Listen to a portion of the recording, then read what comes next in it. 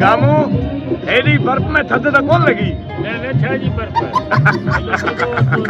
बाबा थर जो नौजवान ही तमाम सुठो आर्टिस्ट आहे ऐं हिन जो जेको कॉन्टेंट आहे उहो मां ॾिठो त न आहे, पर हिन दोस्त मूंखे जंहिं तरीक़े जो ॿुधायो आहे मूंखे ॾाढो पसंदि आहे। ऐं तव्हांजे थर जो असांजे सिंध जो माण्हू आहे, हिनखे भरपूर सपोर्ट करणी आहे। वालेकुम दोस्तों, आऊं तव्हांजो पंहिंजो दोस्त कामरान मल्हार। दोस्तों कहिड़ा हाल आहिनि? ख़ुशि आहियो? तबियत सिहत कीअं आहे? हिन वक़्तु असां हिते इस्लामकोट में मौजूदु आहियूं। ब्लॉक 2 ते प्रोग्राम आहे अंसारी ग्रीन पार्क ते। सो असां सां गॾु मौजूदु आहे सुपर स्टार, अल्लाह पाक सदाईं ख़ुशि रखे, उस्ताद हैदर कादरी साहब। सर छा हाल आहे? अस्सलाम वालेकुम, कीअं आहियो? ठीकु आहियो? अल्हम्दुलिल्लाह, मालिक साईं करमनि। तव्हां ॿुधायो?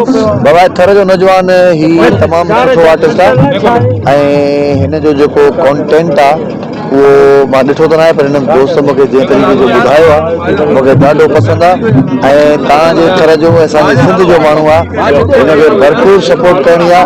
ऐं नंढी उमिरि अथसि, इंशाअल्लाह ही अनक़रीबन ई पूरी सिंध में न पूरी दुनिया में ही फेमस थींदो ऐं हिनखे फेमस थियणो आहे। सही आहे इंशाअल्लाह। दोस्तों ही सिंध जो नामूर आर्टिस्ट हैदर कादरी साहब ॾाढो प्यार ॾिनई, ॾाढी हौसला अफ़ज़ाई कई, चई हिन कम खे कंटिन्यू कयो ऐं तव्हांखे बि सपोर्ट करणी आहे। हिन मुंहिंजे यूट्यूब चैनल ते वधि खां वधि सपोर्ट कयो। हाणे हलूं था गामू तरफ़। दोस्तों ही आहे उस्ताद गामू गामण, जेको कॉमेडी दुनिया जो वॾो नालो आहे।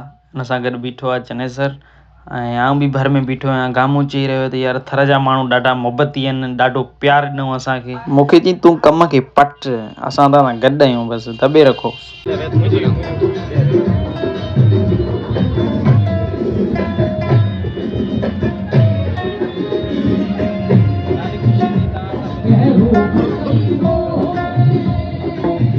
गामू भला गामू एडी बर्फ में थद त कोन लगी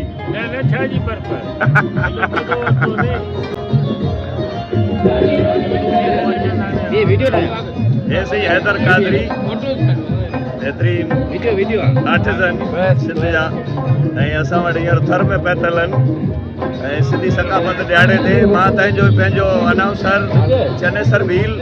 अस्सलाम वालेकुम दोस्तों, कहिड़ा हाल आहिनि? ख़ुशि आहियो? तबियत सिहत कीअं आहे? आऊं तव्हांजो पंहिंजो दोस्त कामरान मल्हार। दोस्तों थर फाउंडेशन जे तरफ़ां को प्रोग्राम हुयो हिते साइड ऑफिस ब्लॉक 2 ते, उते असां वियासीं। असांजी बि एंट्री हुई। हूअं त काफ़ी सारा नामूर आर्टिस्ट आयल हुया, ॾाढो प्यार मिलियो, ॾाढी मोहबत मिली, ॾाढी मोट मिली। यकीन कयो त दिलि बाग बहार थी वई। कीअं चने सर? सफ़ा मज़ो?